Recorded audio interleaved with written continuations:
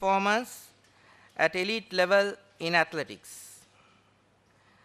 Ladies and gentlemen, an elite athlete is a professional athlete who has reached the highest level of performance. The objectives were to study the current position of athletics at elite level in Sri Lanka, ascertain the causes for the lack of sustainable performance at elite level, identify critical success factors which need to be changed, improved to achieve success at elite level, develop a systematic and strategic approach in Sri Lankan context to achieve sustainable performance at elite level. A comprehensive survey of literature was carried out in order to identify the elite sports systems and factors that determine and contribute towards international sporting success. The main literature found was based on studies of critical success factors for elite sports. The study also encompassed Great Britain's success at London 2012, National Elite Sport Council of Australia, long-term athlete development model, studies by the US Olympic Committee, and research by Mick Grain and Ben Oakley. The framework that suited the research was the SPLIS. It explains the relationship between elite sports policies and international sporting success as a global sporting arms race, where a country has to do something remarkably well to yield success. As you see, input represents the financial resources, the expenditure on elite sport. Throughput represents the efficiency of sports policies, the best way the inputs can be managed in order to produce the desired results. And finally, the outputs represents the success which is measured by medals won. Let me elaborate on the SPLIS. It stands for Sports Policy Factors Leading to International Sporting Success. And the 9 pillars are as shown.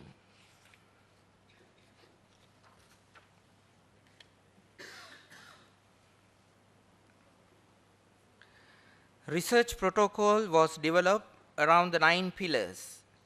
Data collection was mainly based on qualitative interviews with personalities from the Ministries of Sports and Higher Education, the National Olympic Committee of Sri Lanka, the National Federation of Athletics in Sri Lanka, and key stakeholders such as Olympians, administrators, coaches, technical officials, and past athletes.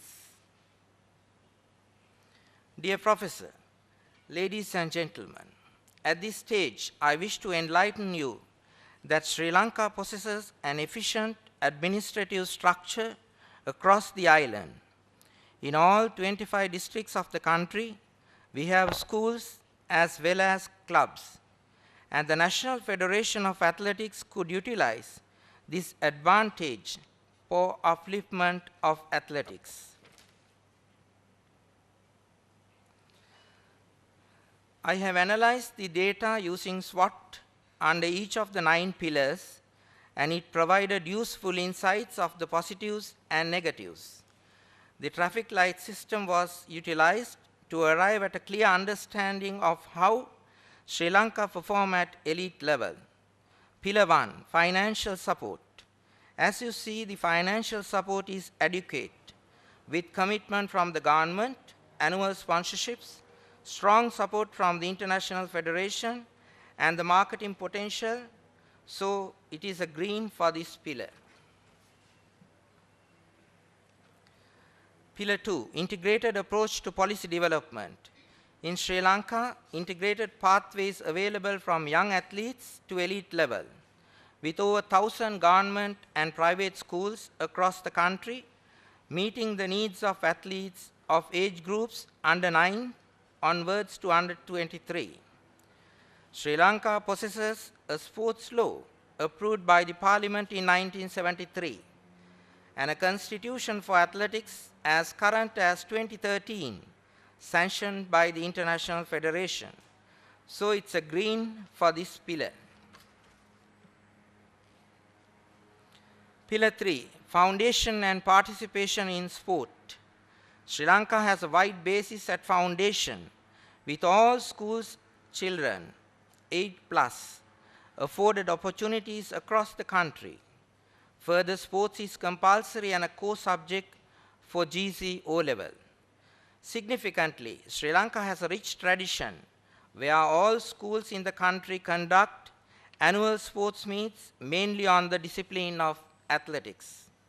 Currently, there are 38,000 male and 29,000 female athletes taking part in competitions organized by the National Federation, thus a green for this pillar. Pillar 4, talent identification and development system.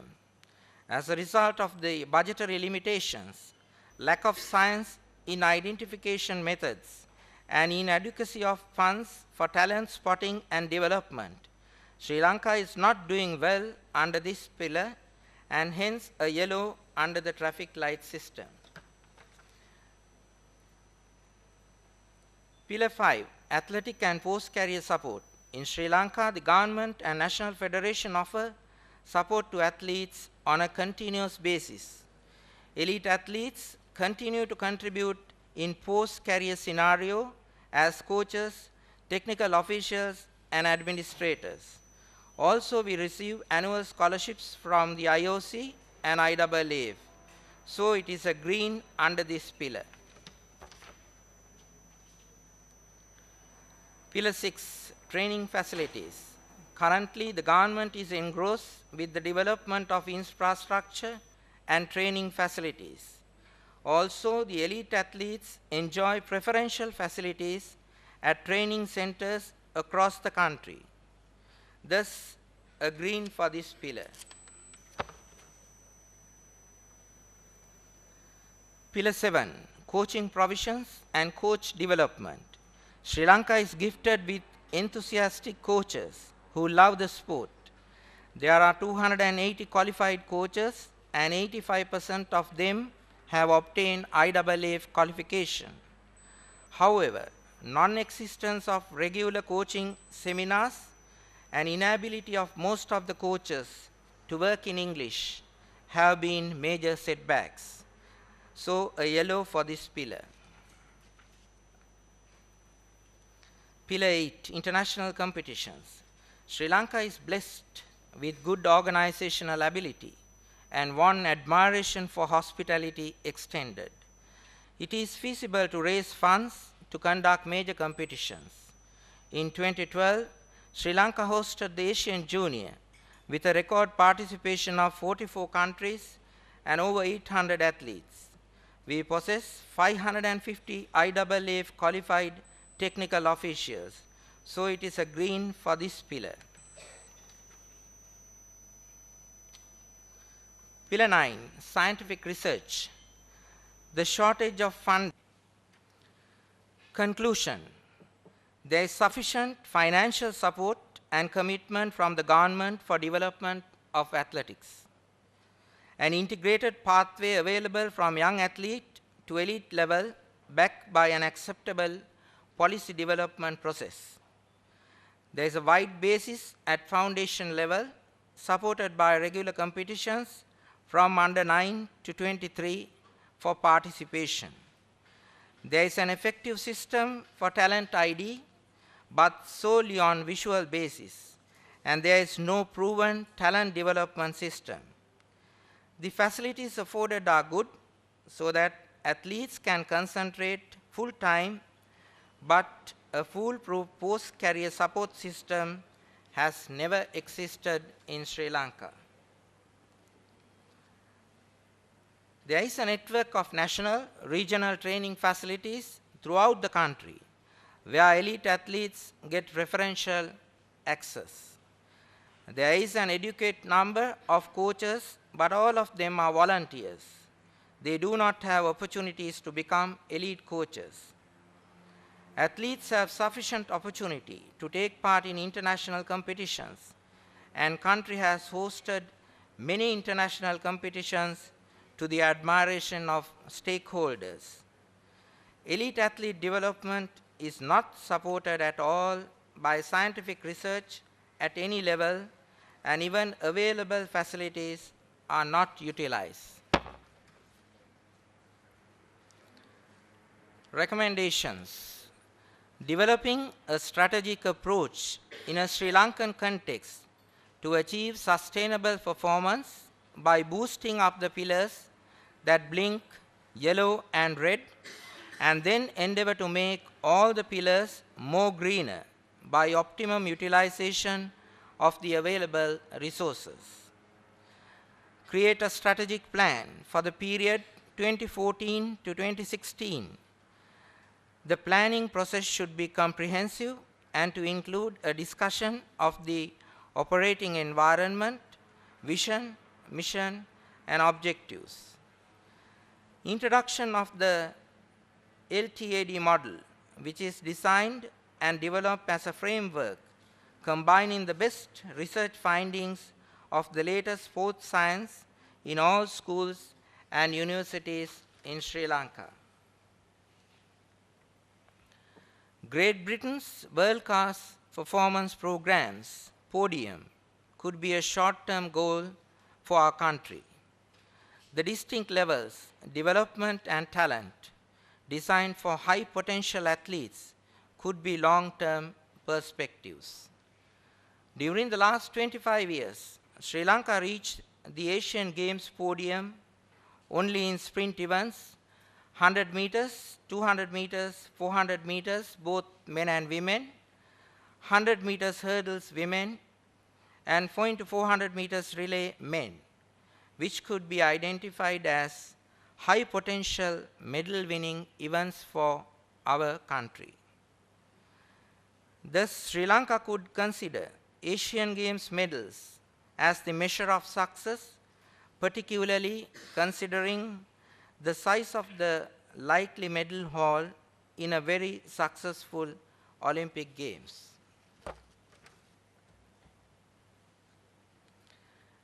In the face of remarkable human resources and infrastructure facilities, if Sri Lanka properly concentrates on sustainable development of all 9 pillars of the SPLIS, whilst expanding developmental horizons through education, research, and innovation, the country could certainly count on winning medals at elite competitions in the most important sport of athletics. Thank you.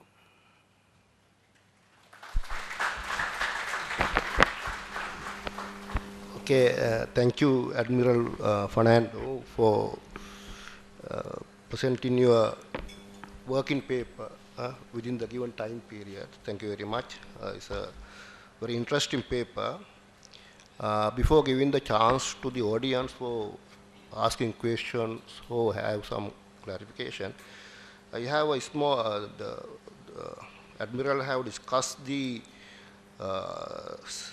strategies for successful elite athlete in terms of a model developed by the authorities in that particular discipline called SPLIS. And he has identified several problems associated with the elite athlete in Sri Lankan context.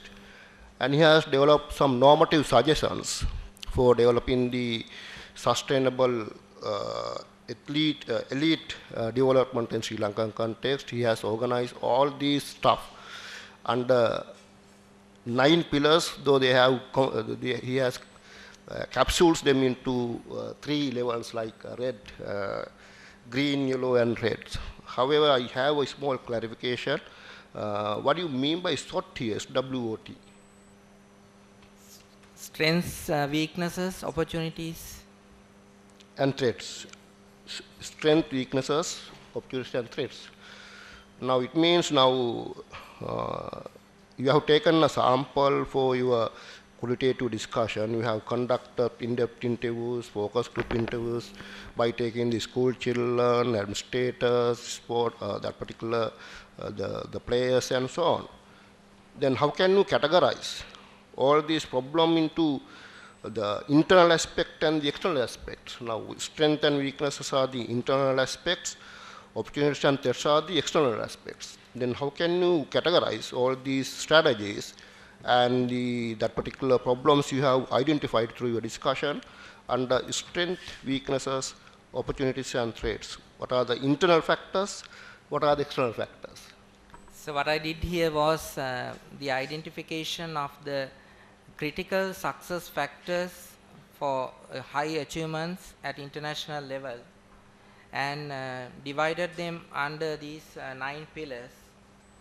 And How can you categorize these 9 pillars under internal things and the external things? well, now if you take coaching, coaching is entirely an internal matter, where you need to develop an athlete from age 8 for 12 years if you are talking in terms of an Olympic medal.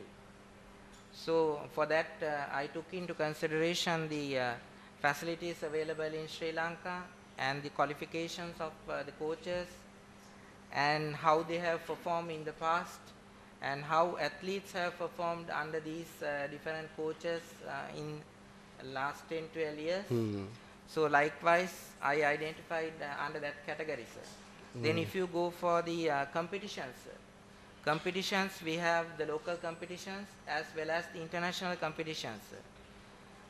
And in local competitions, you can measure the success, but you can't make a comparative study with international level. So you need to study that in competitions like Asian Games, Commonwealth Games and Olympic Games. So I have tallied the performance of all our athletes at international scene, the performance they have given. Especially we are at an advantageous position when we are talking about athletics, because in the international association they have developed a scoring table, and each performance is given a mark. So on that basis you can identify whether your athletes are doing well and whether they are within top 8 or whatever at international levels. So likewise under all 9 pillars, now especially the last one, sir, scientific facilities, we have never tapped in our country, sir.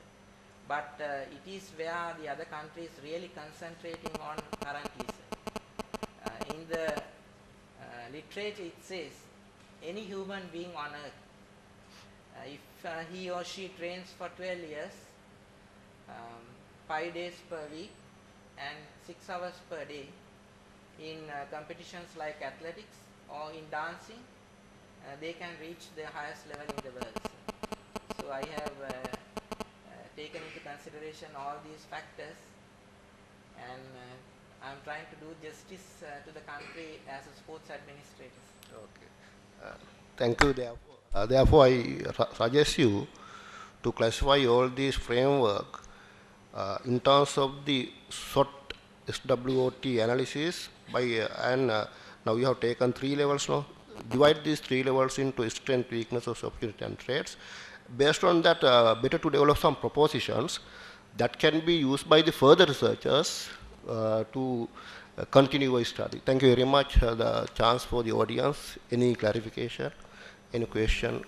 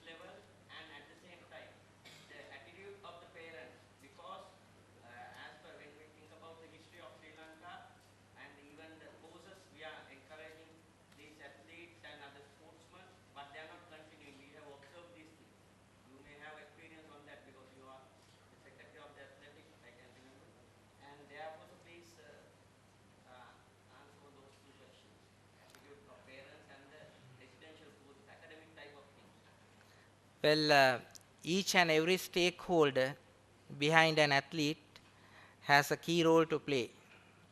Parent is a stakeholder. Similarly, the coach and the hosting environment, the facility where the athlete undergoes training. So all in all, if you want to hit the Olympic level, Commonwealth level, or at least Asian level, you have to be a professional athlete. That is what I meant by using the word elite. So if you are a elite athlete, that means you are totally dedicated for promotion of your abilities and development of your skills. So it's a 24 hours job like in the military. And these athletes have to be in full-time training institutions.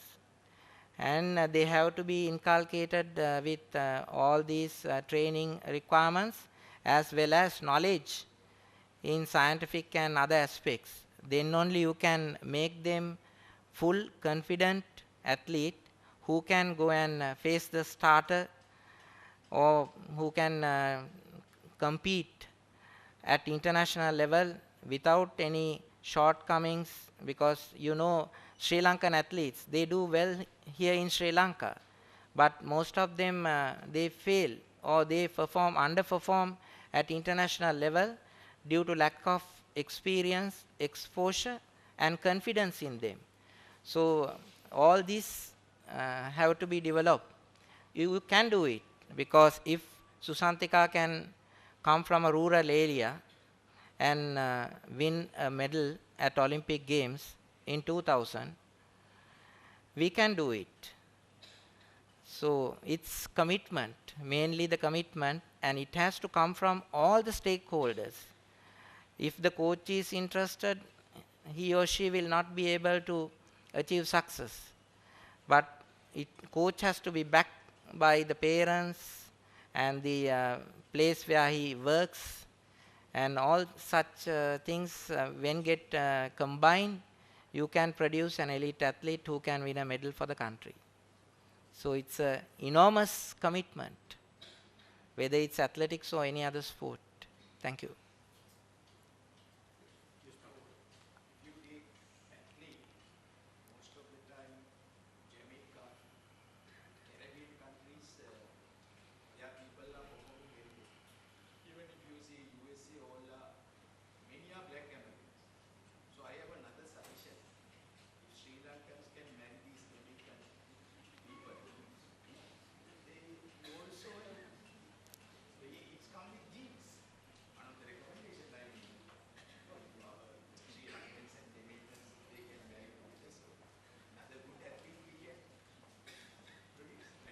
Certainly, sir. We will check on that. Dr. Pratibha, the attitudes of the parent matter, so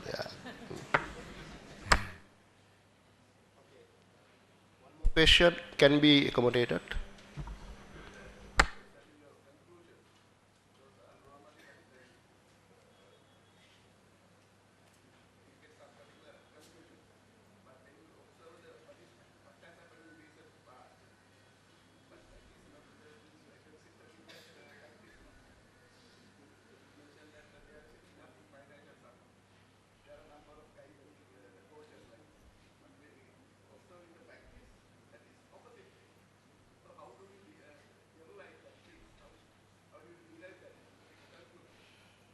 It's like this.